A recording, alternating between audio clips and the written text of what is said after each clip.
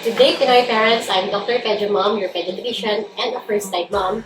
And for today's video, pag-uusapan natin ngayon ang mga first aid skills na kailangan matutunan ng mga magulang at ang mga nagbabantay sa mga anak nila. Para sa batang nadapa o yung mga nahulog sa bisekleta, ang unang kailangan ninyong gawin is to comfort your child.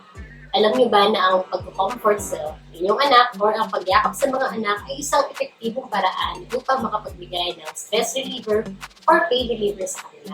Pagkatapos, mag-apply ng cold compress or ice pack sa mga bugbog or sa mga makikitang bukol sa kanilang mga katawan. Pangatlo, kailangan magbigay ng paracetamol upang maibsan din ang sakit. Pagkatapos, obserbahan sila sa loob ng 24 oras.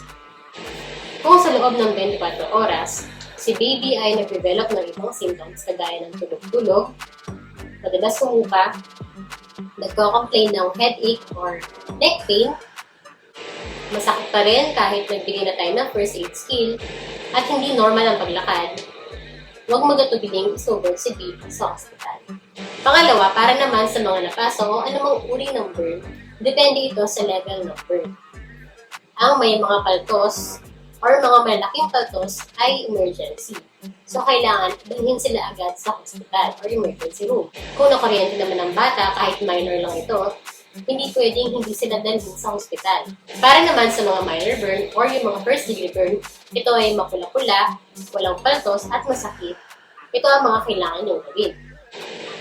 Magbuhos lang ng malamig na tubig dun sa balat na napaso for 5 minutes. Tandaan na huwag maglagay ng kahit ano katulad ng pinapahid ng ointment, butter, or yelo. Huwag din kaskasan or subukang alisin ng blister or petos kung meron na nakita. Nakakatulong din ang pain reliever gaya ng paracetamol and ibuprofen. Pagkatapos gawin ng first aid skill, kailangan pa rin dalhin si baby or ang inyong anak sa doktor upang matignan or makita ng doktor kung kailangan resetahan ng gamot si baby.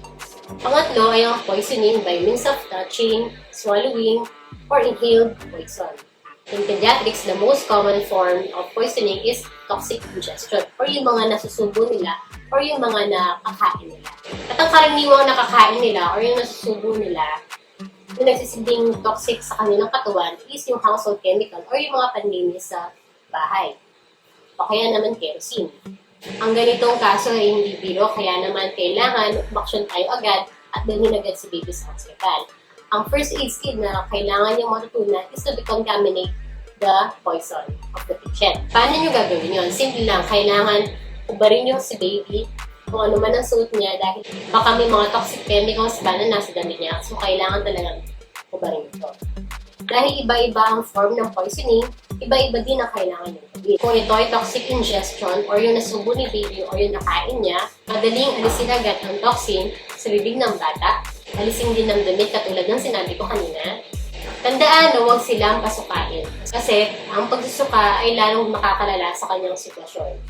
Pagkatapos bigyan ng first aid skill ng bata, dalhin agad si baby sa hospital o sa emergency room.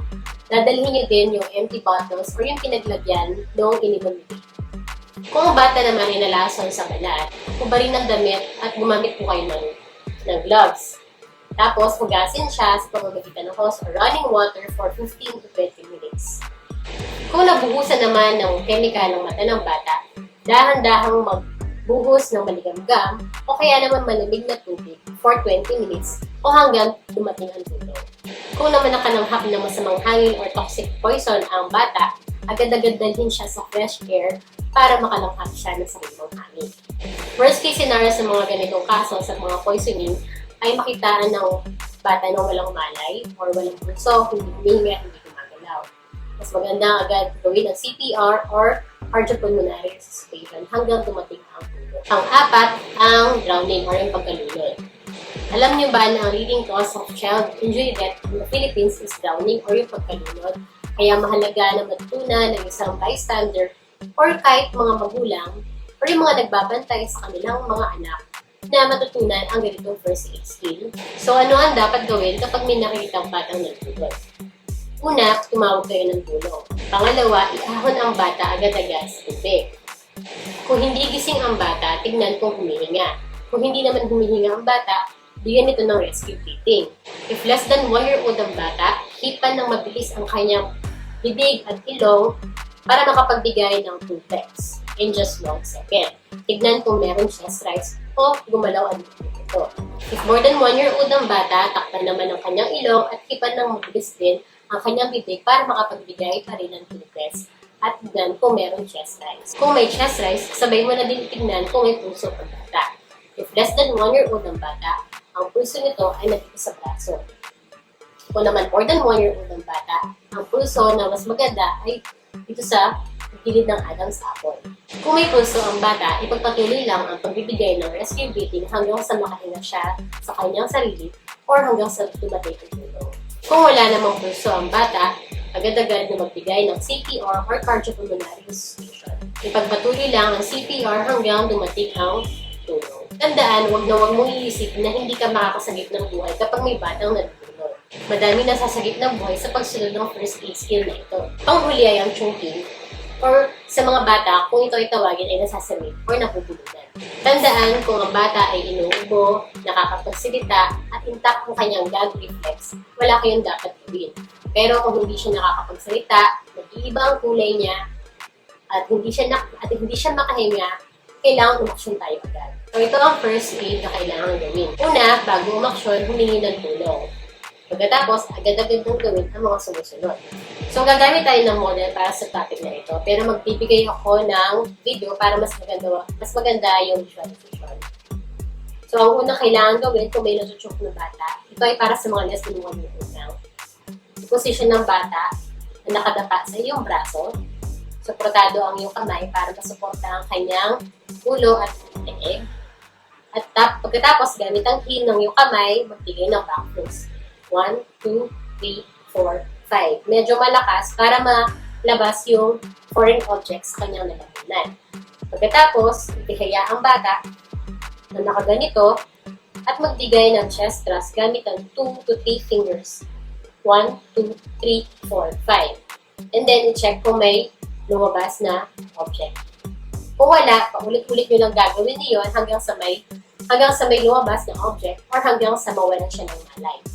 Kapag nawalan ng malay ang bata, ihiga siya sa flat surface gaya ng lamesa at magbigay ng CPR. Sa pagbibigay ng CPR, magbigay ng 30 chest compression, magbilang kayo ng 30 hanggang sa nakita kayong lumabas na object. Kung may nakita kayong lumabas na foreign object, pwede nyo siyang sungkitin gamit ang iyong hindi at yun ang tinatawag natin finger sweep. Kung wala naman, pagpatuloy nyo lang ang chest compression at gawin ito na paulit-ulit hanggang may makita kayong object or hanggang dumating ang tulong. Kung mas matanda naman, more than 1 year old, pwede nang gawin ang Heimlich maneuver.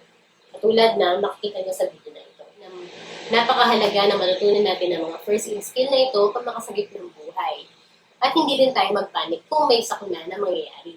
Pero sana wala, kaya kailangan safe lagi.